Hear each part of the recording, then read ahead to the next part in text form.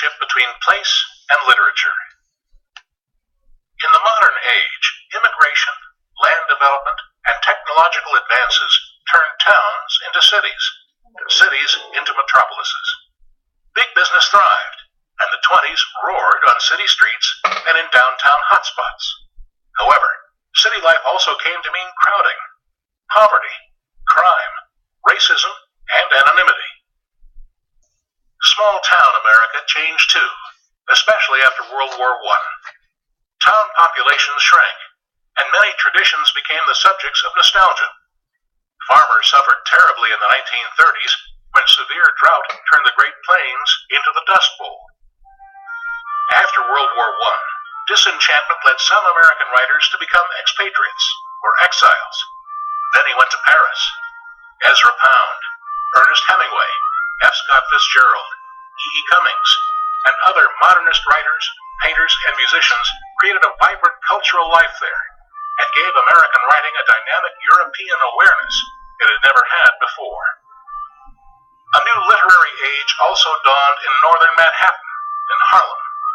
County Cullen, Langston Hughes, Claude McKay, and Arna Bontemps produced prose and poetry that captured the sights, sounds, and emotions of modern urban life and expressed African-American experiences. In sharply satiric novels, Sinclair Lewis took aim at small-town life.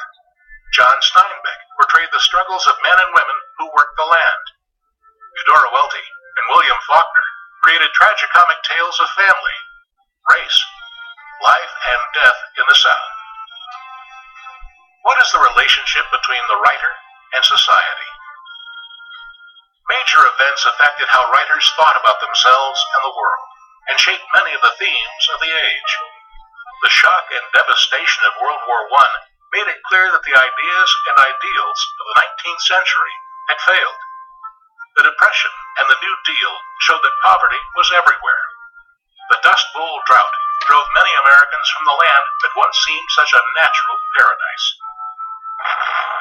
The full effects of the horrors of World War II, the atomic bomb, and the Holocaust would only become more apparent as the century wore on.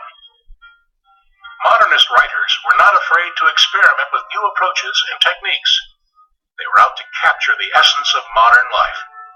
In general, the new approaches demanded more from readers than earlier works.